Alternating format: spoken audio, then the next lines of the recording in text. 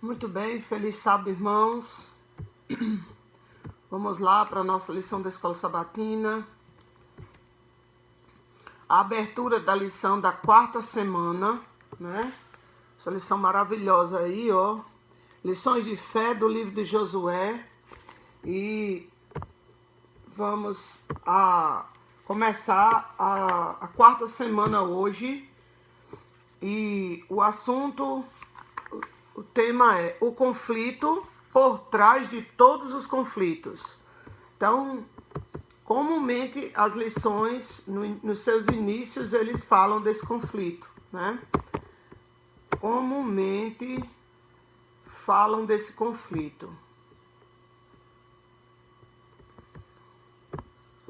Aqui com um probleminha que eu estava tentando ajeitar. Então, essa semana nós vamos estudar o conflito por trás de todos os conflitos. E tem uma irmã que sempre pergunta aí pela ilustração, né?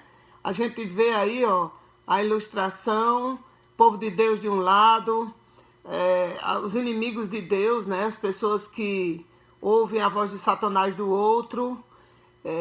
Um grande anjo aí, né, com asas bem grandes, duas espadas e uma vencendo a outra, quebrando a outra, e o mundo embaixo, mostrando que é o grande conflito cósmico, né, o conflito universal de todas as épocas, que é entre Lúcifer e Jesus Cristo, entre o dragão e Miguel, né?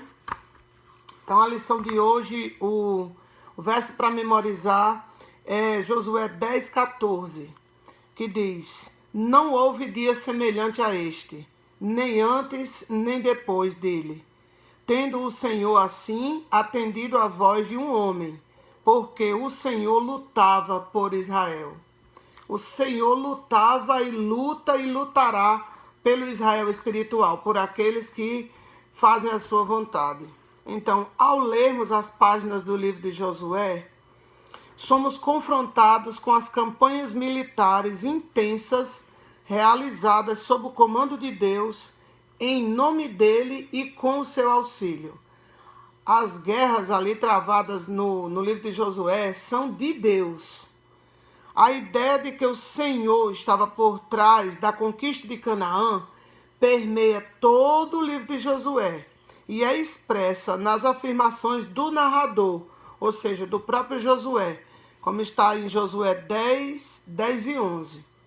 Ele mesmo narra que é do Senhor essas guerras.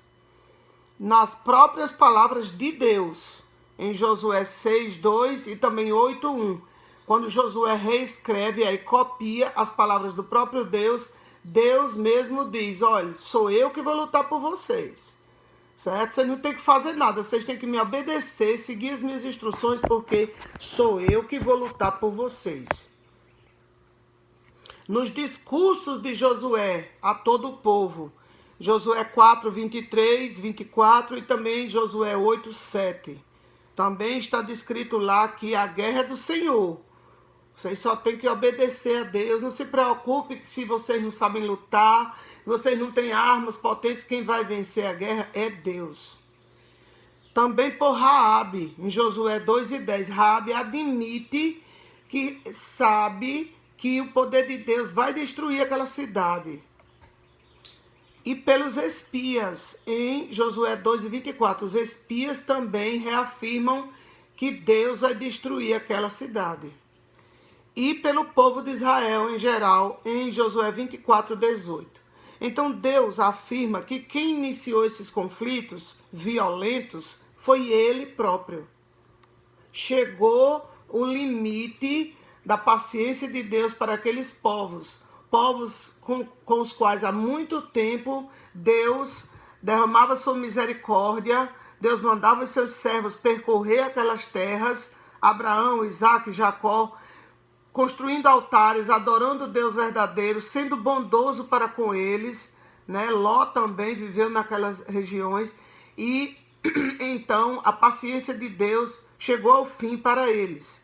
Ou seja, se eles não fossem destruídos, a malignidade daqueles povos contaminaria a todos, não ficaria ninguém que temesse ao Deus do céu.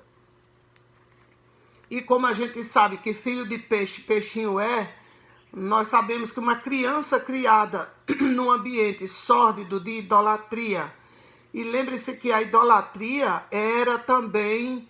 A gente vê idolatria hoje em dia assim, a gente olha para trás e pensa que era só se ajoelhar diante de um ídolo de madeira, de pedra, de ferro.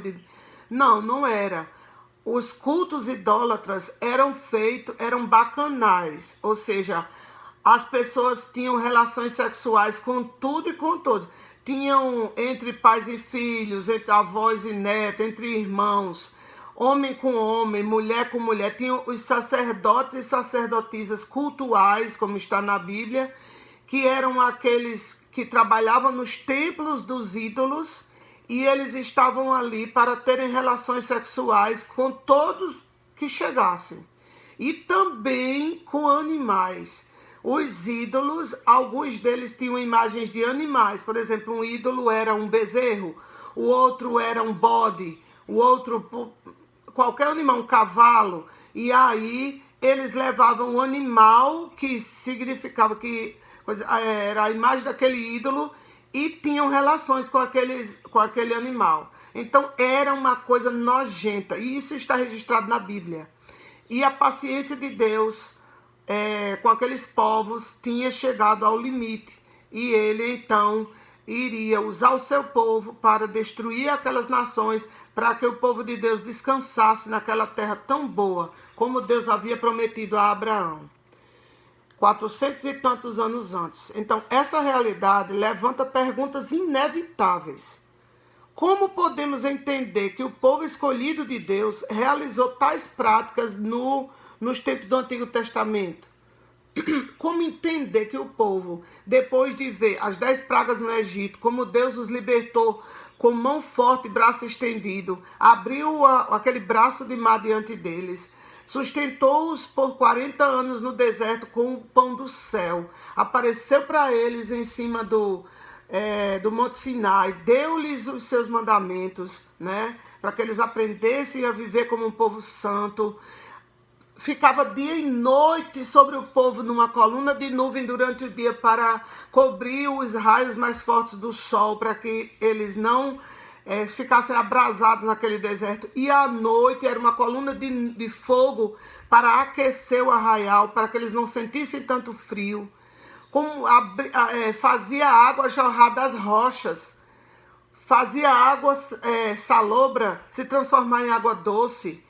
Como é que o povo que viu tantos sinais e depois o Rio Jordão se abrindo para eles atravessarem, como é que o povo que viu tanto poder de Deus, quando chegou em Canaã, começou a imitar os deuses de lá, começou a imitar e muitos se tornaram idólatras e praticaram aquelas coisas nojentas que o povo de Canaã praticava? Como é que o povo conseguiu fazer isso? Como é possível harmonizar a imagem de um Deus guerreiro com seu caráter de amor, como está em Êxodo 34:6, Deus diz: eu vou passar minha bondade diante de ti, Moisés.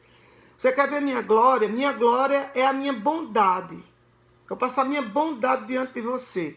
Salmo 86:15 também fala da bondade de Deus, a misericórdia, a benevolência de Deus.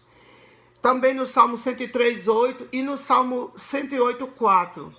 Como conciliar, harmonizar a imagem de um Deus guerreiro com seu caráter de amor, sem diluir a credibilidade, a autoridade e historicidade do Antigo Testamento.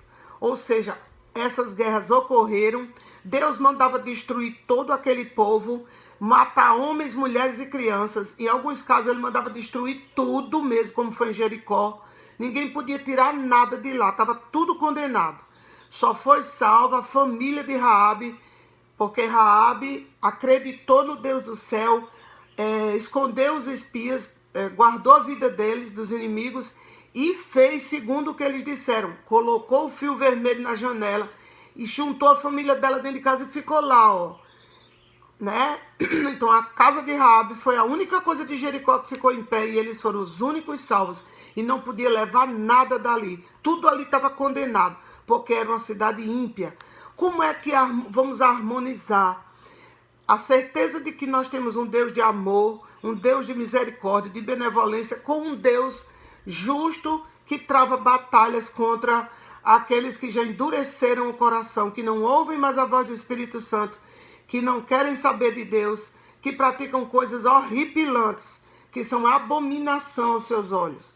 Então, nesta semana e na próxima, são 2 semanas, nós vamos explorar a difícil questão das guerras ordenadas por Deus, conforme descritas em Josué e em outros livros bíblicos. Nós vamos entender que aqueles conflitos estão por trás de um grande conflito cósmico entre o dragão e Miguel, entre Lúcifer e Jesus Cristo, entre o mal e o bem.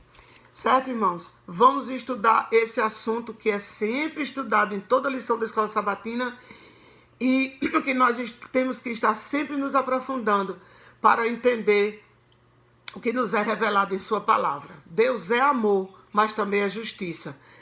A longanimidade de Deus, a paciência de Deus, um dia terá o fim. E nós sabemos que para toda a humanidade, para aqueles que não ouvem a voz de Deus, que não querem saber de Deus, um dia Jesus vai voltar e vai dar um fim no mal, e eles serão destruídos e o mal será destruído para sempre. Não que Deus tenha prazer na morte do ímpio, como ele diz lá no livro de Ezequiel. O prazer de Deus está em que o ímpio se arrependa dos seus caminhos tortuosos, se arrependa do mal que fez, se converta e volte para Deus. O prazer de Deus está nisso. Mas a paciência de Deus tem um limite. Chega uma hora que Deus diz, pronto, tchau. Você já pisou demais na minha lei, você não quer ouvir minha palavra, vai ser destruído para que os meus tenham paz. E assim será na vida eterna, após o milênio, após o extermínio do mal, como está lá em Apocalipse 20. Amém? Vamos estudar isso nas próximas 2 semanas. Vamos orar? Santo e todo-poderoso Deus, Deus longânimo, benigno, Deus bondoso, maravilhoso, mas também Deus justo, que é fogo devorador contra todo o mal. Louvado, engrandecido, magnificado seja o teu santo nome. Muito obrigada, porque a tua palavra, Senhor, nos revela o teu caráter e o teu amor foi nos revelado principalmente por Jesus Cristo ter vindo a esse mundo, viver entre nós, ser um de nós e morrer na cruz para pagar o preço dos nossos pecados, a tua justiça. Todos nós já temos a salvação garantida em Cristo Jesus, porque tu és bom e a tua misericórdia dura para sempre, a tua graça nos alcança. Portanto, Senhor, nós te amamos, porque o Senhor nos amou primeiro. Nós te louvamos, porque o Senhor é digno de todo louvor. Hoje, no teu santo sábado, nós queremos nos reunir no lugar em que consagramos a ti, nas nossas igrejas, onde nós, de livre e espontânea vontade, vamos estudar mais uma vez a tua palavra, aprender a viver em família com os nossos irmãos, adorar o teu nome e desfrutar da tua presença de uma forma muito mais prática em nossa vida.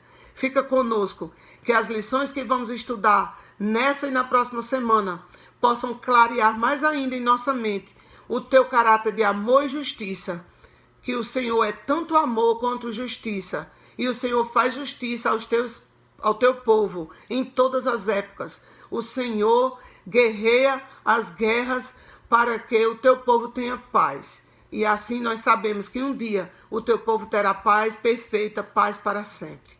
Fica conosco, abençoe agora o estudo do livro A Ciência do Bom Viver, o teu servo ou tua serva que vai ler, que nós possamos aprender outras lições para a nossa vida cristã. Nós te rogamos em nome de Jesus. Amém.